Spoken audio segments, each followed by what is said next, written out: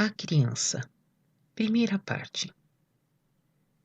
Quando as pessoas perguntam a si próprias como podem educar de modo certo seus filhos, elas devem observar, em primeiro lugar, a criança e se orientarem correspondentemente.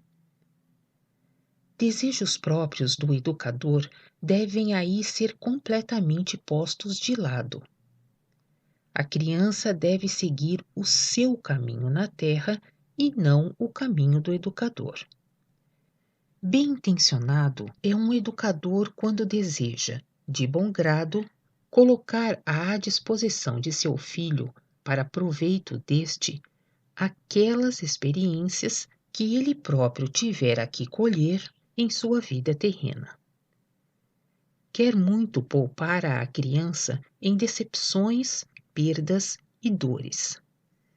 Contudo, na maioria dos casos não consegue muito com isso.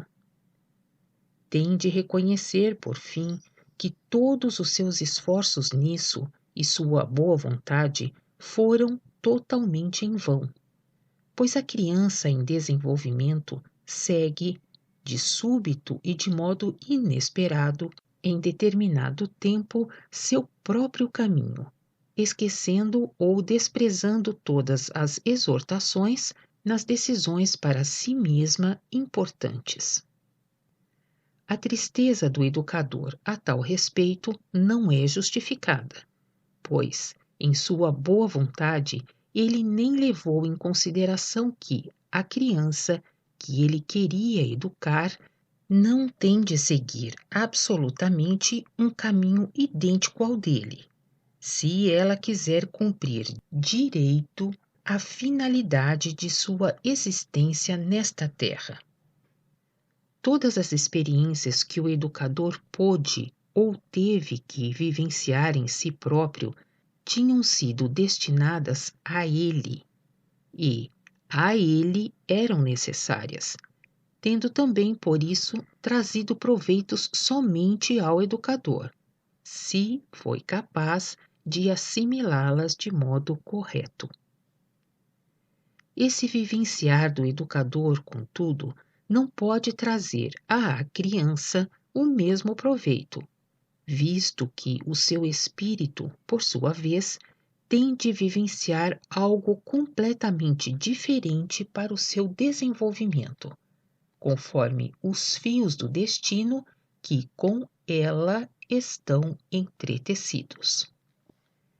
Nem sequer dois, dentre os muitos seres humanos na Terra, têm caminhos idênticos que possam beneficiá-los para o amadurecimento de seus espíritos.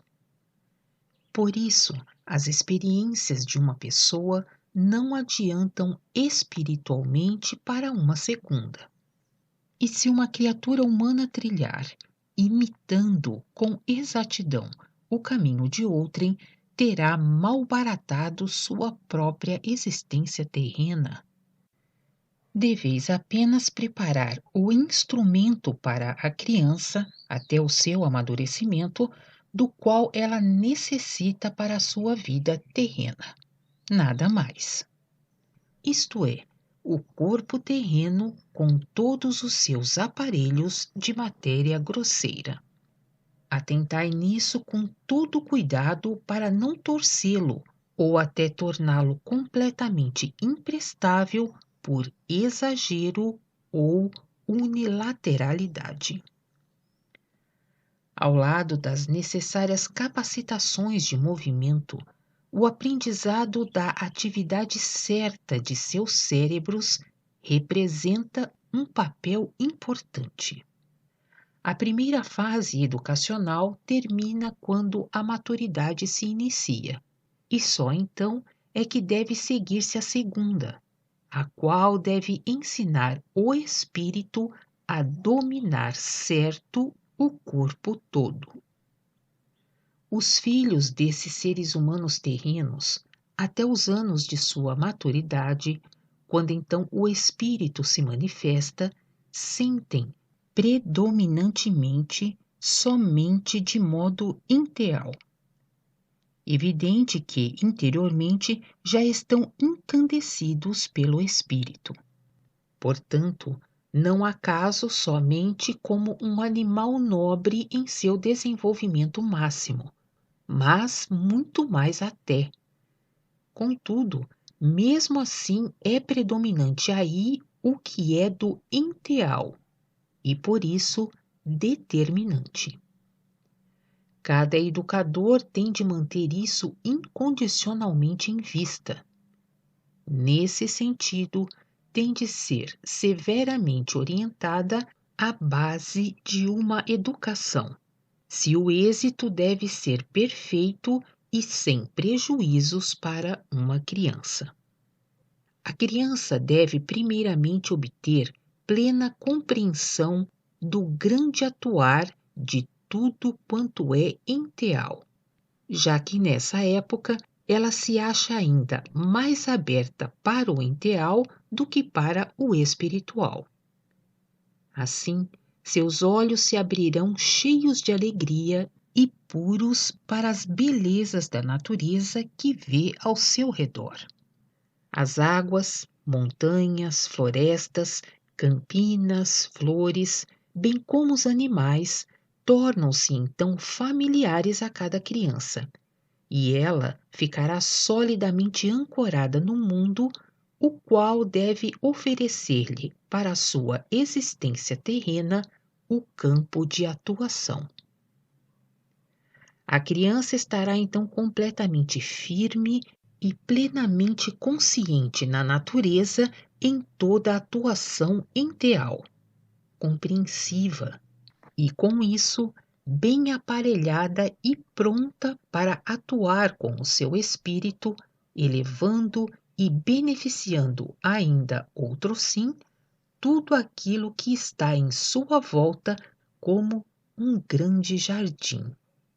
Só assim pode tornar-se um verdadeiro jardineiro na criação. Dessa forma, e não diferentemente, deve estar cada criança em desenvolvimento quando o seu espírito desabrochar. Sadia de corpo e de alma, desenvolvida de modo alegre e preparada naquele terreno ao qual cada criança pertence. O cérebro não deve ser sobrecarregado unilateralmente com coisas das quais nem necessita na vida terrena e que lhe exigem muitos esforços para assimilá-las, com o que tem de desperdiçar energia, enfraquecendo o corpo e a alma. Se, no entanto, a educação primária já consome toda a força, nada mais resta a uma criatura humana para a verdadeira atuação. Com uma educação certa e preparação para a vida, propriamente dita, o trabalho só se torna alegria, prazer, uma vez que, com isso, tudo na criação é capaz de vibrar conjuntamente em completa harmonia e, desse modo, apoia, beneficiando e fortalecendo o desenvolvimento da juventude. Quão insensatamente agem, porém, os seres humanos com seus descendentes. De que crimes se tornam culpados em relação a eles?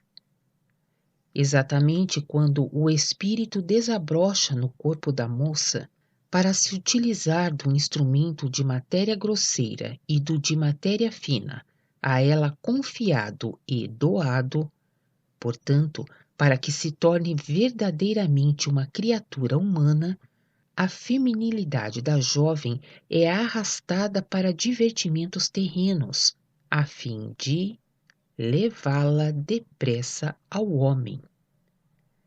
O espírito, o verdadeiro ser humano, que ainda deve entrar em sua atividade terrena, nem chega aí ao começo, e, enfraquecido, tem de presenciar como o raciocínio terreno, treinado de modo exclusivo e errado, só se ocupa com cintilações de lantejoulas, a fim de, na falta de verdadeiro espírito, aparentar espiritualidade.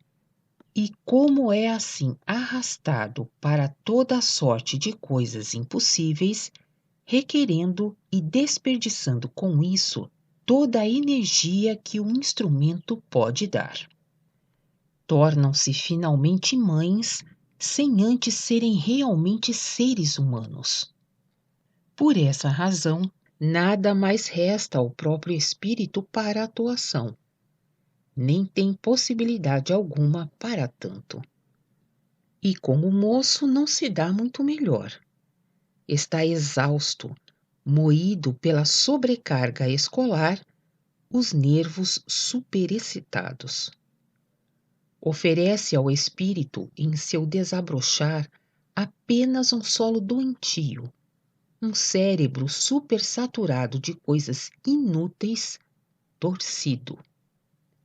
Por isso o espírito não pode agir e nem se desenvolver como deve, mas sim se atrofia, ficando completamente esmagado pela carga de entulhos. Apenas resta ainda um insatisfeito anseio, que deixa pressentir a presença do encarcerado e oprimido espírito humano. Por fim, esse anseio perde-se também no turbilhão da lufa-lufa terrena e da avidez, anseio que devia primeiro proporcionar uma ponte sobre esse vazio espiritual, tornando-se depois hábito, necessidade. É assim que, atualmente, o ser humano atravessa a vida terrena. E a educação errada tem nisso a maior parte da culpa. Continua na segunda parte.